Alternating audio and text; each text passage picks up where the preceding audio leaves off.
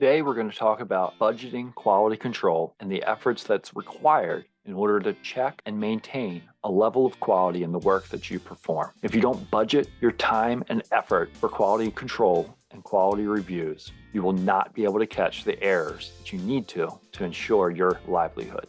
I'm your host, Brian Wagner, a licensed professional engineer.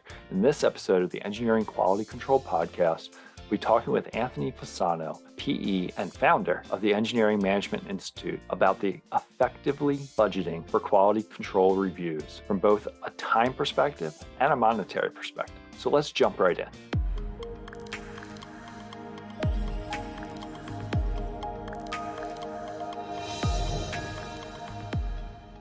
So I'd like to welcome back to the show the person that interviewed me for episode 1 of this podcast, and that is Anthony Fasano. Welcome to the show. Hey, Brian, it's great to be here. You've been doing an awesome job with this podcast. It's such an important topic, quality control, quality assurance. You've talked about both of them through some of the episodes, and it's been great. So just in case people don't know who you are and what you're doing for the engineering industry right now, can you share just a little bit about what you're doing with EMI and the work that you do? Yeah, for sure. So by background, I'm a licensed professional engineer, civil engineer by background, worked for some time in the land development world. And at some point in time, I think like a lot of engineering professionals, I knew I wanted to become kind of a partner or owner in the consulting firm that I worked for. And I noticed that the other kind of leaders in the firm had really good non-technical skills in addition to their technical backgrounds. And so I worked hard to develop those skills. And when I did, my company at the time asked me to conduct some training on those skill sets to the other professionals in the firm. And in doing that, number one, I loved doing the training and helping technical professionals with the skill sets that we don't learn in school. They're just not taught to us. And secondly, the company saw some really good results. So ultimately, I decided at that time that, you know what, I want to do this more. So I put a program in place within the firm, like a leadership and project management development program. And in 2012, I decided to leave the firm altogether and start the Engineering Management Institute so I could do more of this. And we've spent a lot of time developing free content like this podcast, among many other podcasts and YouTube channels that we have, focused around really helping engineering professionals become better managers and leaders, whether it's in quality control, whether it's project management, whether it's other skill sets. And we even have a YouTube channels for the FE and PE exam preparation as well to help there, because I'm a big proponent of getting your license. And so that's really what we do at EMI. We do the content development, and we do a lot of corporate learning and development, project management training, and things of that nature. And really, I just want to keep doing what we're doing and keep helping technical professionals develop some of the skills that just are difficult for us to develop because we're not taught these skills, but they're probably critical and paramount to our success in the industry. I completely agree. I think I found you probably on LinkedIn sometime, or when I was searching podcasts, trying to find more information about some of those management skills and some of the struggles that I was having in project management and trying to get other perspectives, because I worked predominantly for a small firm. And so I didn't get a lot of different opinions. It was always the way we've always done it, and not necessarily the best way or the way that my mind thought. So it was I think that's when I found you, and we had been following each other for a while, and you've given me this great opportunity to share this platform, and I really appreciate it. And I like supporting the industry as you do. So thank you for everything you've done for me. And I'd like to dive into more of the topic of what we want to talk about today. Mm-hmm. So today we want to talk about project budgets and proposals and fees, and where you fit quality control into that. Sometimes it's an afterthought that I've come in contact with, not necessarily on the forethought, but what's your opinion on how you should build some of that into your proposal and into your budget?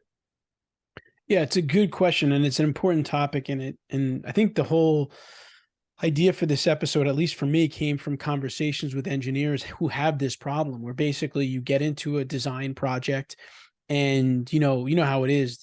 There's deadlines, and you get close to those 30, 60%, 90% design plan deadlines, and everyone's rushing and everyone wants to get it done.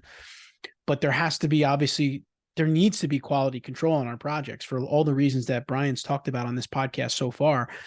And so a lot of times what happens is, to do a really good job on quality control, you need to review the plans and specs. You need to take your time with it. Hopefully you have some tools like checklists that you can go through for your firm. But the thing is that takes time. How is that time accounted for in your project budget? And I've heard from several project managers that have said, where are we charging this time for all this quality control, the quality review? And so that's really something that has to be thought about even before you get the project, like Brian suggested there in the proposal stage, where when you'll do your proposal, I hope you'll have, the different phases of the project that you've broken down, preliminary, you might even have like a survey phase in the beginning, final designs, meetings, etc.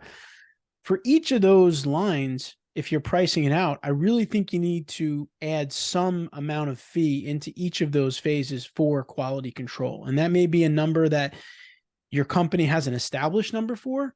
It may be like a small percentage. It may be a number that you have to come up with on a project by project basis, depending on that project, because every project is different. And a lot of companies have, wide varying ranges in the size of projects they work on. But at the end of the day, you have to budget something in there, because if you don't, a lot of bad things can happen. One, obviously you could go over budget, which you never want to do as a PM. But secondly, and I hope this would never happen, but someone could, kind of skimp out on doing the quality control or a thorough quality review because they feel like they don't have the time or budget to do it. And that's when really bad things can happen and bad mistakes can happen. And so I think it's just imperative, Brian, that you try to think through it at the beginning of your projects in the proposal stage. And for those out there that can make company-wide decisions, or you can have an influence on that, I would really recommend having some kind of process or procedure in your proposal process or the cost estimating process where you're figuring that in. Right. I think, and I always like stress to people to go back and look at what you did on the last job. Were you in a situation where you didn't have enough time or you didn't have enough budget? Because quality control is above and beyond just project management time too, right? Yeah. Oh yeah. 100%. And that's another thing. You have to factor in all of like the non-technical tasks, if you will, right? I have project management I have to get involved with. I have quality review I have to get involved with. And one of the tips that I got recently from a project manager that I thought it was an obvious tip, but maybe it's not so obvious if he was saying it to me, was he has seen where a lot of project managers will just keep their projects under one phase, right? It's like one big phase and they work off of that one big phase. And the challenge with that is to Brian's point, you can't really go back and have a lot of good historical data on where the project went wrong. Because if you're just putting all your money in one bucket and you're taking all the time out of that bucket, it's not helpful. So I know it's a little bit of a, set up extra work in the project setup and your time tracking, but if you can make sure you break your project down into phases, then you can go back and say, hey, why were we way over in preliminary? But for the final design, we were under by 10%. Like, what's the difference between those phases? Where do we go wrong? And maybe it ends up that when the plans are preliminary, they take a lot more time for quality review, for example. That could be one of the reasons that you needed more quality time in that phase. So I think, Brian, that idea of historical data is really important in many aspects of your project: the quality review, your cost estimating, your staffing, your resourcing, and anything you could do to set up your project to give you the ability to go back and look at where things went right or wrong can be very beneficial. I completely agree. I mean, it doesn't have to be very formal. It can be more informal, even in some regards, depending on how many people we have working on a team. I've seen historically where we assign tasks to different jobs: storm drain design, stormwater design. I've seen it even split between like drafting and design, even though in today's age, a lot more people are doing kind of both in the BIM world and the CAD world. But like when I started in the industry, it was designers were doing design and then drafters were drafting it. And it was very easy to see when you looked at the team, the few times that we actually went back and looked, that 3 out of the 5 people were being very efficient, the other 2 were not. And it was very easy to see that in those tasks and how much time different people were spending on tasks. And then it was very easy to ask the question of why they're not. And maybe it was an educational thing. Maybe it was a training and or maybe they weren't having the resources. They didn't understand the end goal. And I think the same can be true with quality reviews. How much time do you have to spend and how comfortable do you need to be with those quality control reviews at preliminary? Or is the person reviewing it getting into final concepts that haven't even been flushed out yet and asking questions that are completely irrelevant to the information that's shown? And not saying that they're not important and they're not important questions to ask, but is that focus, and are you getting that equal distribution so that all of your projects are at that same level of expectation? Does that make sense? Yeah, no, for sure. I think it makes a lot of sense. And I think that it's one of those things, and I tell everyone here at EMI that like it's all about having a really good process with your projects, because you're going to do them over and over, right? So it makes sense to spend a lot of time putting your process into writing. And this is how, when we get a new project, these are the steps we take. When we do cost estimating, these are the steps we take. And then to your point, the more broken down it is, you have just more visibility into these things, but you don't want to wing it on your projects. You want to be able to do the same process over and over. Now, it may change a little bit here and there for each project. Of course, every project is different, but at the end of the day, most projects have very similar stages, especially for the same department, let's say, for example. So I think that that's a really good approach. Another thing that I think can be very helpful, Brian, is using your project schedule and really putting the quality review tasks on the schedule, right? Just calling them out. I mean, I think they're that important where they should be shown in your project schedule so that, number one, your project team makes sure that it happens and it gets done as just part of the project execution. But number two, your client also sees that you have that attention to detail. You're paying attention to the quality on their projects.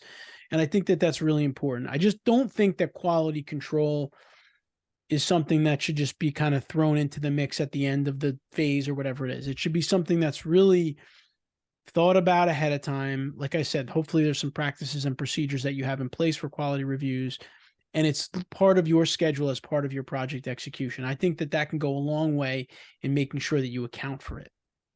I completely agree. And building those milestones, building those opportunities as checks and balances. So when you do get to that deadline and you get to that, oh, it has to go today or it has to go tomorrow morning, that you're not as stressed about it if you've built these other things into your system leading up to that.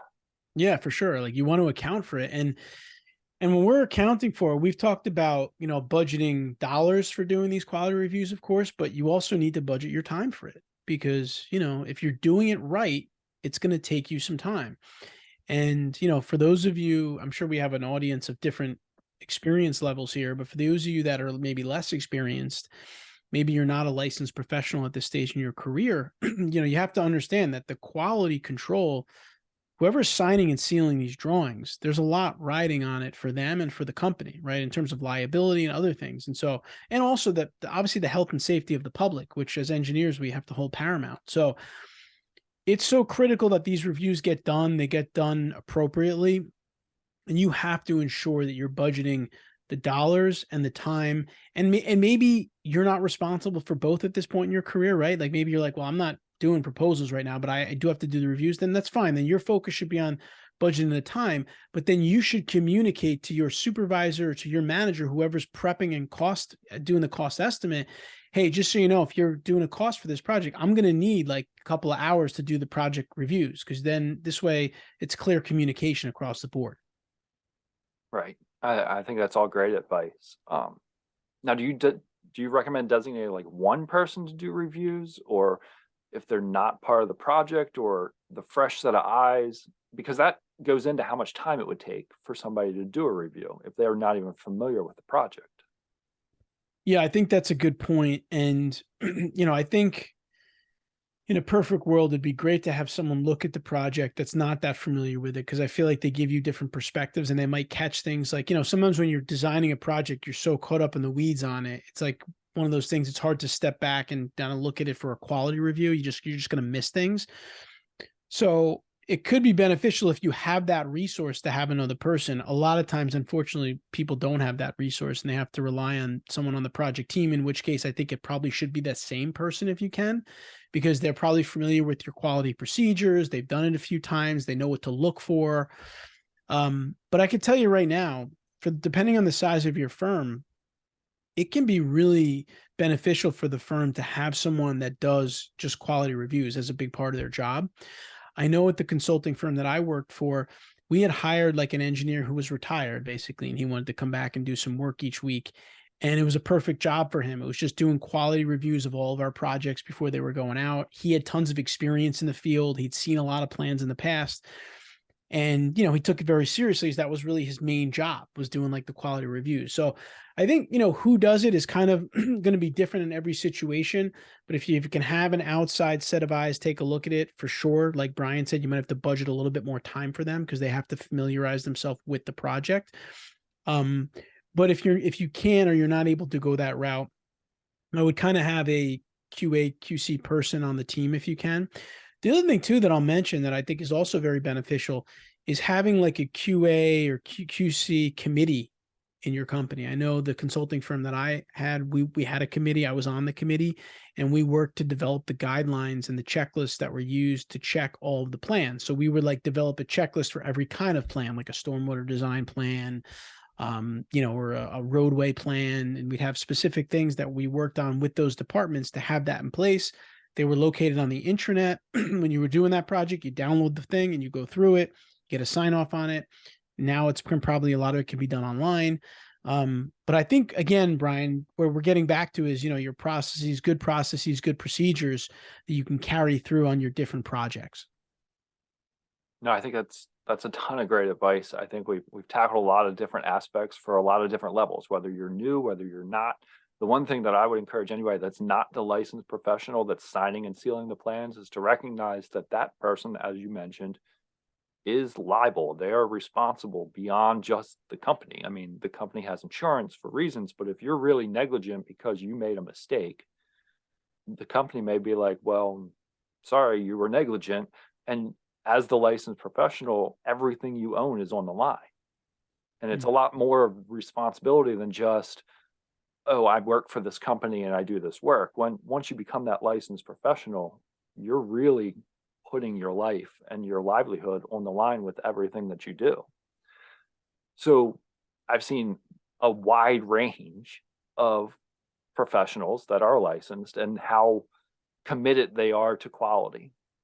Unfortunately, I have seen there's a generation of people that are I worked with one structural engineer that basically said that he over-designed everything, and if it fell down and collapsed, he was going to be long gone way before it would happen.